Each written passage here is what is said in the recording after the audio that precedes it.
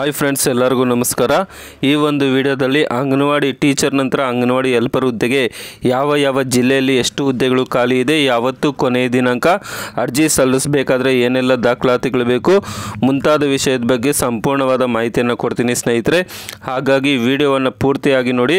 ಅದೇ ರೀತಿಯಾಗಿ ಇನ್ನೂ ಯಾರೆಲ್ಲ ನಮ್ಮ ಯೂಟ್ಯೂಬ್ ಚಾನಲ್ಗೆ ಸಬ್ಸ್ಕ್ರೈಬ್ ಮಾಡ್ಕೊಂಡಿಲ್ವೋ ಅಂಥವರು ಈ ಕೂಡಲೇ ಸಬ್ಸ್ಕ್ರೈಬ್ ಮಾಡ್ಕೊಳ್ಳಿ ಸ್ನೇಹಿತರೆ. ಮಹಿಳಾ ಮತ್ತು ಮಕ್ಕಳ ಅಭಿವೃದ್ಧಿ ಇಲಾಖೆಯಿಂದ ಅರ್ಹ ಮಹಿಳೆಯರಿಂದ ಹಾಗೂ ಲಿಂಗತ್ವ ಅಲ್ಪಸಂಖ್ಯಾತರಿಂದ ಅರ್ಜಿಯನ್ನು ಆಹ್ವಾನಿಸಲಾಗಿದೆ. ಇನ್ನು ಯಾವ ಜಿಲ್ಲೆಗಳಲ್ಲಿ ಅಥವಾ ತಾಲೂಕಲ್ಲಿ ಎಷ್ಟು ಹುದ್ದೆಗಳು ಖಾಲಿ ಇದೆ, ಅರ್ಜಿ ಸಲ್ಲಿಸಬೇಕಾದ್ರೆ ಏನು ದಾಖಲಾತಿಗಳು ಬೇಕು ಅನ್ನೋದ್ರ ಬಗ್ಗೆ ತಿಳಿಸ್ಬಿಟ್ಟು, ನಂತರ ಯಾವ ಜಿಲ್ಲೆಯಲ್ಲಿ ಎಷ್ಟು ಹುದ್ದೆಗಳು ಖಾಲಿ ಇದೆ, ಅರ್ಜಿ ಸಲ್ಲಿಸೋದು ಹೇಗೆ ಅಂತ ಹೇಳ್ಬಿಟ್ಟು ತಿಳಿಸ್ತೀನಿ ಸ್ನೇಹಿತರೆ. ಅಂಗನವಾಡಿ ಟೀಚರ್ ಅಥವಾ ಅಂಗನವಾಡಿ ಕಾರ್ಯಕರ್ತೆ ಹುದ್ದೆಗೆ ಅರ್ಜಿ ಸಲ್ಲಿಸಬೇಕಾದ್ರೆ PUC ಪಾಸ್ ಆಗಿರಬೇಕಾಗಿರುತ್ತೆ. ಅದೇ ರೀತಿಯಾಗಿ ಅಂಗನವಾಡಿ ಹೆಲ್ಪರ್ ಹುದ್ದೆಗಾದರೆ SLC ಪಾಸ್ ಆಗಿದ್ರೆ ಸಾಕು.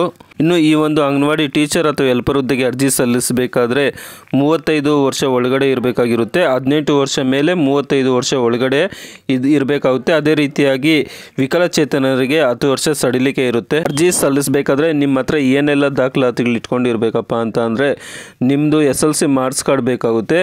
ಒಂದು ವೇಳೆ SLC ಆಗಿದ್ದರೆ ಅವರು ಹೆಲ್ಪರ್ ಹುದ್ದೆಗೆ ಅರ್ಜಿ ಸಲ್ಲಿಸ್ಬೋದು. PUC ಆಗಿದ್ದರೆ ನೀವು ಅಂಗನವಾಡಿ ಕಾರ್ಯಕರ್ತೆ ಅಥವಾ ಅಂಗನವಾಡಿ ಟೀಚರ್ ಕೆಲಸಕ್ಕೆ ಅರ್ಜಿಯನ್ನು ಸಲ್ಲಿಸ್ಬೋದು.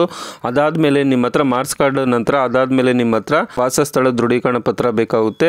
ಅದೇ ರೀತಿಯಾಗಿ ಅಂಗನವಾಡಿ ಕಾರ್ಯಕರ್ತೆ ನೇಮಕಾತಿಗಳಲ್ಲಿ ವಿಕಲಚೇತನರಿಗೆ ಅಂದರೆ ಅಂಗವಿಕಲರಿಗೆ 10 ವರ್ಷ ಸಡಿಲಿಕೆ ಇರುತ್ತೆ. ಅಂದರೆ 35 ಆಗಿದ್ದರೆ ವಿಕಲಚೇತನರಿಗೆ 45 ವರ್ಷ ಆಗಿದ್ದರೂ ಸಹ 45 ವರ್ಷ ಒಳಗಡೆ ಇದ್ದರೂ ಸಹ ಅವರು ಸಹ ಅರ್ಜಿನ ಸಲ್ಲಿಸ್ಬೋದು. ಇನ್ನು ನಿಮ್ಮ ಒಂದು ಜಾತಿ ಮತ್ತು ಆದಾಯ ಪ್ರಮಾಣ ಪತ್ರ ಬೇಕಾಗುತ್ತೆ. ಒಂದು ವೇಳೆ ವಿಧವೆಯರಾಗಿದ್ದಲ್ಲಿ ಆ ಒಂದು ವಿಧವೆ ಪ್ರಮಾಣ ಪತ್ರ ಬೇಕಾಗುತ್ತೆ. ಅದೇ ರೀತಿಯಾಗಿ ಆತ್ಮಹತ್ಯೆ ಮಾಡಿಕೊಂಡ ರೈತರ ಪತ್ನಿಯಾಗಿದ್ದಲ್ಲಿ ಉಪವಿಭಾಗಾಧಿಕಾರಿಗಳಿಂದ ಪಡೆದ ಪ್ರಮಾಣ ಪತ್ರ ಬೇಕಾಗುತ್ತೆ. ಸೊ ಈ ಒಂದು ಪ್ರಮಾಣ ಪತ್ರ ನಿಮ್ಮ ಹತ್ರ ಇದ್ರೆ ಹಾಕಬಹುದು. ಒಂದು ವೇಳೆ ಇಲ್ಲ ಅಂತಂದರೆ ಮೇಲೆ ಇರತಕ್ಕಂಥ ಪ್ರಮಾಣ ಪತ್ರದೊಂದಿಗೆ ಅರ್ಜಿಯನ್ನು ಸಲ್ಲಿಸಬಹುದು. ಆ ಪ್ರಮಾಣ ಪತ್ರ ಇದ್ದರೆ ನಿಮಗೆ ಒಂದು ರಿಸರ್ವೇಷನ್ ಇರುತ್ತೆ ಸ್ನೇಹಿತರೆ. ಅದೇ ರೀತಿಯಾಗಿ ಯೋಜನಾ ನಿರಾಶ್ರಿತರಾಗಿದ್ದಲ್ಲಿ ಆ ಒಂದು ಪ್ರಮಾಣ ಪತ್ರ ಬೇಕಾಗುತ್ತೆ. ವಿಚ್ಛೇದಿತರಾಗಿದ್ದಲ್ಲಿ ಅಂದರೆ ಡೈವರ್ಸ್ ಆಗಿದ್ದರೆ ಆ ಒಂದು ಡೈವರ್ಸ್ ಪ್ರಮಾಣ ಪತ್ರ ಇದ್ದು ನೀವು ಅರ್ಜಿ ಸಲ್ಲಿಸಿದ್ರೆ ನಿಮಗೆ ರಿಸರ್ವೇಷನ್ ಇರುತ್ತೆ. ಯಾವ ಜಿಲ್ಲೆಯಲ್ಲಿ ಎಷ್ಟು ಹುದ್ದೆಗಳು ಖಾಲಿ ಇದೆಯಪ್ಪ ಅಂತ ಅಂದರೆ, ಶಿವಮೊಗ್ಗ ಜಿಲ್ಲೆಯ ಭದ್ರಾವತಿ ತಾಲೂಕಲ್ಲಿ 59 ಹೆಲ್ಪರ್ ಹುದ್ದೆಗಳು, 19 ಟೀಚರ್ ಹುದ್ದೆಗಳು. ಅದೇ ರೀತಿಯಾಗಿ ಹೊಸನಗರ ತಾಲೂಕಲ್ಲಿ 144 ಹೆಲ್ಪರ್ ಹುದ್ದೆಗಳು, 6 ಟೀಚರ್ ಹುದ್ದೆಗಳು. ಸಾಗರ ತಾಲೂಕಲ್ಲಿ 62 ಹೆಲ್ಪರ್ ಹುದ್ದೆಗಳು, 3 ಟೀಚರ್ ಹುದ್ದೆಗಳು. ಶಿಕಾರಿಪುರದಲ್ಲಿ 23 ಹೆಲ್ಪರ್ ಹುದ್ದೆಗಳು, 1 ಟೀಚರ್ ಹುದ್ದೆ. ಶಿವಮೊಗ್ಗದಲ್ಲಿ 93 ಹೆಲ್ಪರ್ ಹುದ್ದೆಗಳು, 16 ಟೀಚರ್ ಹುದ್ದೆಗಳು. ಸೊರಬ ತಾಲೂಕಲ್ಲಿ 42 ಹೆಲ್ಪರ್ ಹುದ್ದೆಗಳು, 3 ಟೀಚರ್ ಹುದ್ದೆಗಳು. ತೀರ್ಥಹಳ್ಳಿ ತಾಲೂಕಲ್ಲಿ 69 ಹೆಲ್ಪರ್ ಹುದ್ದೆಗಳು, 11 ಟೀಚರ್ ಹುದ್ದೆಗಳು. ಇನ್ನು ಯಾವತ್ತು ಕೊನೆಯ ದಿನಾಂಕ ಅಂತ ಹೇಳ್ಬಿಟ್ಟು ವಿಡಿಯೋ ಕೊನೆಯಲ್ಲಿ ತಿಳಿಸ್ತೀನಿ ಸ್ನೇಹಿತರೆ. ಅದೇ ರೀತಿಯಾಗಿ ಮೈಸೂರು ಜಿಲ್ಲೆಯ ಟಿ ನರಸೀಪುರ ತಾಲೂಕಲ್ಲಿ 17 ಹೆಲ್ಪರ್ ಹುದ್ದೆಗಳು, 3 ಟೀಚರ್ ಹುದ್ದೆಗಳು. ಬಿಳಿಗೆರೆ ಶಿಶು ಅಭಿವೃದ್ಧಿಯಲ್ಲಿ 21 ಹೆಲ್ಪರ್ ಹುದ್ದೆಗಳು, 4 ಟೀಚರ್ ಹುದ್ದೆಗಳು. ಹುಣಸೂರು ತಾಲೂಕಲ್ಲಿ 56 ಹೆಲ್ಪರ್ ಹುದ್ದೆಗಳು, 11 ಟೀಚರ್ ಹುದ್ದೆಗಳು.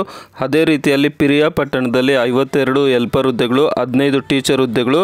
ಮೈಸೂರು ನಗರದಲ್ಲಿ 11 ಹೆಲ್ಪರ್ ಹುದ್ದೆಗಳಿರುತ್ತೆ. ಮೈಸೂರು ಗ್ರಾಮಾಂತರದಲ್ಲಿ 37 ಹೆಲ್ಪರ್ ಹುದ್ದೆಗಳು, 6 ಟೀಚರ್ ಹುದ್ದೆಗಳು. ಸಾಲಿಗ್ರಾಮ KR ನಗರದಲ್ಲಿ 23 ಹೆಲ್ಪರ್ ಹುದ್ದೆಗಳು, 4 ಟೀಚರ್ ಹುದ್ದೆಗಳಿರುತ್ತೆ. ಅದೇ ರೀತಿಯಾಗಿ ಹಾವೇರಿ ಜಿಲ್ಲೆಯ ಬ್ಯಾಡಗಿ ತಾಲೂಕಲ್ಲಿ 17 ಹೆಲ್ಪರ್ ಹುದ್ದೆಗಳು, 3 ಟೀಚರ್ ಹುದ್ದೆಗಳು. ಆನಗಲ್ ತಾಲೂಕಲ್ಲಿ 21 ಹೆಲ್ಪರ್ ಹುದ್ದೆಗಳು, 13 ಟೀಚರ್ ಹುದ್ದೆಗಳು. ಹಾವೇರಿ ತಾಲೂಕಲ್ಲಿ 21 ಹೆಲ್ಪರ್ ಹುದ್ದೆಗಳು, 5 ಟೀಚರ್ ಹುದ್ದೆಗಳು. ಹಿರೇಕೆರೂರಲ್ಲಿ 27 ಹೆಲ್ಪರ್ ಹುದ್ದೆಗಳು, 12 ಟೀಚರ್ ಹುದ್ದೆಗಳು. ರಾಣಿಬೆನ್ನೂರು ತಾಲೂಕಲ್ಲಿ 34 ಹೆಲ್ಪರ್ ಹುದ್ದೆಗಳು, 20 ಟೀಚರ್ ಹುದ್ದೆಗಳು. ಸವಣೂರು ತಾಲೂಕಲ್ಲಿ 23 ಹೆಲ್ಪರ್ ಹುದ್ದೆಗಳು, 4 ಟೀಚರ್ ಹುದ್ದೆಗಳು. ಶಿಗ್ಗಾವಿಯಲ್ಲಿ 26 ಹೆಲ್ಪರ್ ಹುದ್ದೆಗಳು, 4 ಟೀಚರ್ ಹುದ್ದೆಗಳು. ಸೊ ಯಾವ ಜಿಲ್ಲೆಯವರು ಅರ್ಜಿ ಸಲ್ಲಿಸಲು ಕೊನೆಯ ದಿನಾಂಕಪ್ಪ ಅಂತ ಅಂದರೆ, ಹಾವೇರಿ ಜಿಲ್ಲೆಯವ್ರಿಗೂ ಅರ್ಜಿ ಸಲ್ಲಿಸಲು ಕೊನೆಯ ದಿನಾಂಕ ಬಂದುಬಿಟ್ಟು 17 ನವಂಬರ್ ಅಂದರೆ ಇದೇ ತಿಂಗಳು 17/11/2025 ಕೊನೆಯ ದಿನಾಂಕ ಆಗಿರುತ್ತೆ. ಅದೇ ರೀತಿಯಾಗಿ ಶಿವಮೊಗ್ಗ ಜಿಲ್ಲೆಯವರು ಅರ್ಜಿ ಸಲ್ಲಿಸಲು ಕೊನೆಯ ದಿನಾಂಕ ಬಂದುಬಿಟ್ಟು ಡಿಸೆಂಬರ್ 15 ಆಗಿರುತ್ತೆ. ಅದೇ ರೀತಿಯಾಗಿ ಮೈಸೂರು ಜಿಲ್ಲೆಯವರು ಅರ್ಜಿ ಸಲ್ಲಿಸಲು ಕೊನೆಯ ದಿನಾಂಕ ಬಂದುಬಿಟ್ಟು 8/12 ಆಗಿರುತ್ತೆ.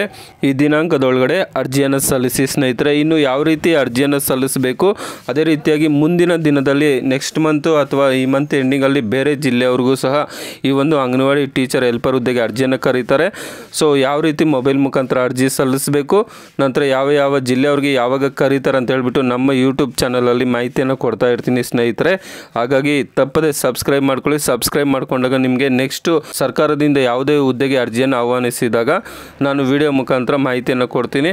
ಹಾಗಾಗಿ ಆ ಮಾಹಿತಿ ನಿಮಗೆ ಬರಬೇಕಾದ್ರೆ ನೀವು ಸಬ್ಸ್ಕ್ರೈಬ್ ಮಾಡ್ಕೊಂಡಾಗ ಮಾತ್ರ ಬರುತ್ತೆ ಸ್ನೇಹಿತರೆ. ನೆಕ್ಸ್ಟ್ ವಿಡಿಯೋದಲ್ಲಿ ಮೊಬೈಲ್ ಮುಖಾಂತರ ಯಾವ ರೀತಿ ಅರ್ಜಿ ಸಲ್ಲಿಸೋದು ಅಂತಲೂ ಸಹ ತಿಳಿಸ್ತೀನಿ. ವಿಡಿಯೋ ನೋಡಿದ್ದಕ್ಕಾಗಿ ತುಂಬ ಧನ್ಯವಾದಗಳು. ಬಾಯ್, ಟೇಕ್ ಕೇರ್ ಫ್ರೆಂಡ್ಸ್.